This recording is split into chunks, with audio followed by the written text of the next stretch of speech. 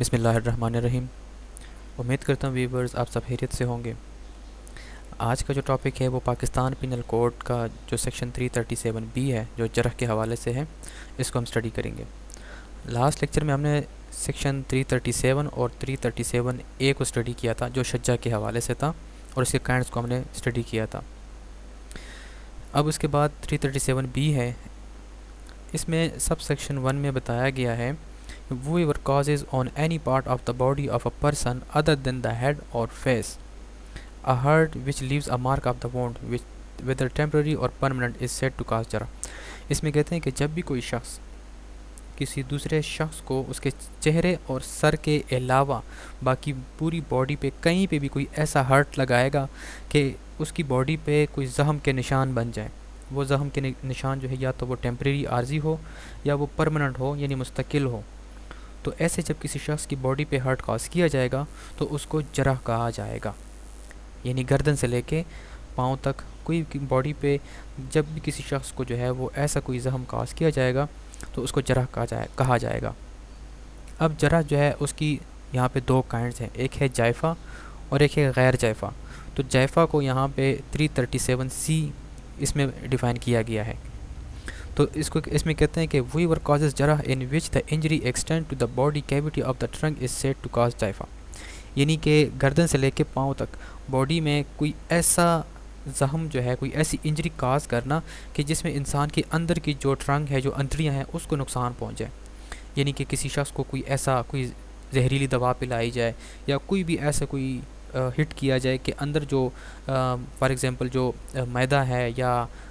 پیپڑے ہیں یا اور بھی اندر جو بھی انسان کے اندر جو ٹرنکس ہے، اس کو اگر انجری پہنچے گی تو کہا جائے گا کہ اس نے جائفہ کاز کیا ہے۔ اب 337D میں یہاں پہ جائفہ کے لیے پنش کو ڈیفائن کیا گیا ہے کہ کوئی بھی شخص جو ہے جان بوجھ کے انٹینشن کے ساتھ کوئی ایسا عمل کرتا ہے کہ جس سے کسی شخص کو یہ جائفہ یا جو ہرٹ ہے یہ کاز ہو سکتا ہے، یا وہ جانتا ہے کہ وہ کوئی ایسا ایکٹ کر رہا ہے کہ اس کے ایکٹ سے کسی شخص کو یہ زخم جو ہے وہ ہرٹ کاز ہو سکتا ہے، تو جب وہ جائفہ کاز ہوگا تو وہ جو اوفینڈر ہے وہ لائبل ہوگا عرش کے لیے۔ عرش جو ہے وہ دیت کی جو اماؤنٹ ہے اس سے 1/3 لی جائے گی۔ اب جو موجودہ پاکستان میں جو دیت کی جو اماؤنٹ ہے وہ 30,630 گرام جو سلور ہے اس کے جو جتنے پیسے بنتے ہیں وہ ویلیو ہوگی۔ یعنی ابھی جو موجودہ رقم ہے دیت کی وہ تقریباً 42 لاکھ روپے بنتے ہیں 2021 میں۔ تو اب جو دیت ہے اس کا 1/3 اگر نکالا جائے تو 14 لاکھ روپے بنتے ہیں جائفہ کے لیے۔ تو اس میں بتایا گیا ہے کہ جو بھی شخص جو ہے وہ جائفہ کاز کرے گا تو وہ لائبل ہوگا عرش کے لیے، اور اس سے دیت کی جو اماؤنٹ ہے وہ 1/3 لی جائے گی، اور اس کو امپریزمنٹ بھی ہو سکتی ہے۔ یہ تعزیر ہے، جج کی ڈسکریشن ہے کہ 10 سال تک اس کو امپریزمنٹ بھی دے سکتا ہے۔ یہ تو جائفہ ہو گیا اس کے ڈیفینیشن اور اس کی پنش، یعنی کہ باڈی کے اندر کوئی زخم جو ہے وہ ہو جائے۔ اب 337E جو ہے یہ غیر جائفہ ہے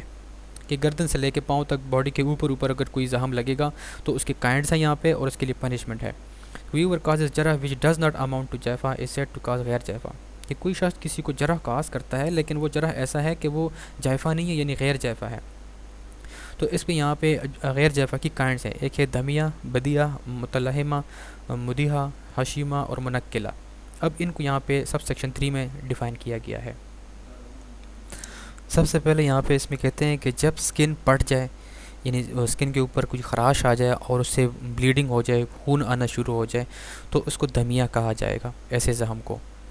پھر اس میں دوسرے نمبر پہ ہے کہ جس میں گوشت جو ہے سکن کے اوپر سکن پٹ جائے، اندر جو گوشت ہے وہ بھی جو ہے وہ کٹ جائے، تو لیکن اس میں ہڈی جو ہے وہ ایکسپوز نہ ہو جائے، اندر ہڈی نظر نہ آئے، ایسا زخم لگ جائے تو اس کو بدیہ کہا جائے گا۔ پھر اس میں کہتے ہیں بائی لیسریٹنگ دا فلیش، جس میں جو گوشت ہے وہ پٹ جائے، کٹ جائے، تو اس کو متلہمہ کہا جائے گا۔ پھر آگے کہتے ہیں کہ جب اس طرح کا چوٹ لگ جائے، اس طرح ہرٹ ہو جائے کہ اندر ہڈی جو ہے وہ نظر آ جائے تو اس کو مدہمہ کہا جائے گا، مدیحہ کہا جائے گا۔ اس کے بعد ہے کہ جو ہڈی ہے وہ فریکچر ہو جائے لیکن ہڈی ٹوٹے نہیں، صرف فریکچر ہو جائے، تو ایسے ہرٹ کو حشیمہ کہا جائے گا۔ پھر اس میں کہتے ہیں کہ فریکچر ہو جائے اور ہڈی جو ہے وہ ٹوٹ جائے تو ایسے زخم کو منقلہ کہا جائے گا۔ اب یہ جو جتنے یہ کائنڈز ہے غیر جائفہ کے، یہ اس کے لیے آگے 337 میں اس کی پنشمنٹس کو ڈیفائن کیا گیا ہے۔ اس میں کہتے ہیں کہ whoever by doing any act with the intention of causing hurt to any person, کہ کوئی شخص جو جان بوجھ کے انٹینشن کے ساتھ، ارادے کے ساتھ کسی شخص کو یہ ہرٹ کاز کرے گا، اور with the knowledge that he is likely to cause hurt to any person, یا وہ کوئی ایسا ایکٹ کر رہا ہے کہ اس کو نالج ہے کہ اس کے اس ایکٹ سے کسی شخص کو یہ ہرٹ جو ہے کاز ہو سکتا ہے، تو جب وہ کاز کرے گا تو وہ جو اوپر ہم نے غیر جائفہ کی کائنڈس پڑھی ہیں تو پھر اس کو یہ پنشمنٹ دی جائیں گی۔ اب سب سے پہلے دمیہ جو اوپر ہم نے پڑھ لیا کہ جس میں صرف خراش آ جائے اسکن کے اوپر اور بلیڈنگ ہو جائے، تو اس کے لیے کیا پنش ہے، تو اس میں یہاں پہ بتایا گیا ہے کہ شیل بی لائبل ٹو دامان، اس سے دمان لیا جائے گا۔ اب دمان جو ہے یہ ایک میڈیکل ایکسپینسز ہے کہ جس شخص کو وہ ہارٹ کاز ہوا ہے اس کا جتنا خرچہ میڈیکل پہ آئے گا، تو عدالت جو ہے اس شخص کے زخم کو دیکھتے ہوئے اس اوفینڈر کو جو ہے وہ دمان جو ہے اس سے لیں گی، میڈیکل کا جو ایکسپینس جو خرچہ ہوگا وہ عدالت ڈٹرمائن کرے گی،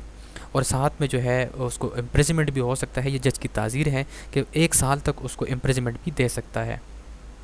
اس کے بعد ہم نے پڑھا بدیہ، کہ کوئی شخص اگر بدیہ کاز کرے گا تو اس کو جو ہے وہ لیبل ہوگا دمان کے لیے، اس سے بھی میڈیکل کے جو جو ایکسپینسز ہیں وہ لی جائیں گی، لیکن اس میں جو امپریزمنٹ ہے وہ ڈسکریشن ہے جج کی کہ وہ ہو سکتا ہے، اس میں 3 سال ہے، اس میں 1 سال جو دمیہ ہے، اور بدیہ میں جو ہے اس میں 3 سال، کیونکہ یہاں پہ زخم کی جو نوعیت ہے وہ ذرا بڑھ جاتی ہے۔ پھر آگے ہے کہ متلہمہ، جو اوپر ہم نے پڑھا کہ متلہمہ یہ ہے کہ جس میں صرف اوپر سے جو گوشت جو ہے وہ پڑ جائے، تو ایسے جب کسی شخص کو ہارٹ کاز کیا جائے گا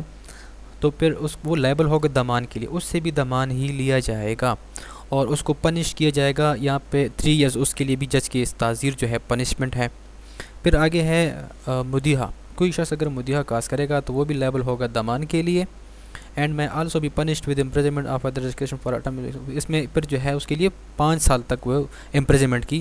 وہ سزا ہے، یہ تعزیر ہے۔ اس کے بعد ہے حشیمہ، جو شخص حشیمہ کاز کرے گا شیل بی لائبل ٹو دمان، اس سے بھی دمان لیا جائے گا جو اس پہ جتنا میڈیکل ایکسپینس آئے گا، اور اس کو بھی پنش کیا جائے گا امپریزمنٹ، یہ تعزیر ہے، جس کی ڈسکریشن ہے کہ اس کو 5 سال تک امپریزمنٹ دے سکتا ہے۔ اس کے بعد ہے منقلہ، کوئی شخص اگر منقلہ کاز کرے گا تو اس کو وہ بھی لائبل ہوگا دمان کے لیے، اینڈ میں آلسو بھی punished with imprisonment of either description for a term which میں ایکسٹینڈ ٹو 7 ایئر، یہاں پہ پھر سزا کی جو نوعیت ہے وہ بڑھ جاتی ہے، تو پھر اس کو جو ہے 7 سال تک سزا ہو سکتی ہے۔ تو لاسٹ لیکچر میں ہم نے شجاع اسٹڈی کیا تھا، اس کے کائنڈس کو اور اس کی پنشمنٹس کو۔ اس لیکچر میں ہم نے جرح اور اس کے جو کائنڈس ہیں جائفہ اور غیر جائفہ، اور اس کے جو کائنڈس وہ ہم نے اسٹڈی کیے ہیں، اور ابھی اس میں یہ اس کی ڈفرینٹ جو ہے اس کے لیے زخم کی نوعیت کے مطابق پنشمنٹس ہے۔ تو امید کرتا ہوں ویورز آپ کے لیے آج کا لیکچر کلیئر ہوا ہوگا۔ اس کے آگے جو مزید سیکشنز ہیں اس کو نیکسٹ ویڈیو میں ڈسکس کریں گے۔ Thank you so much.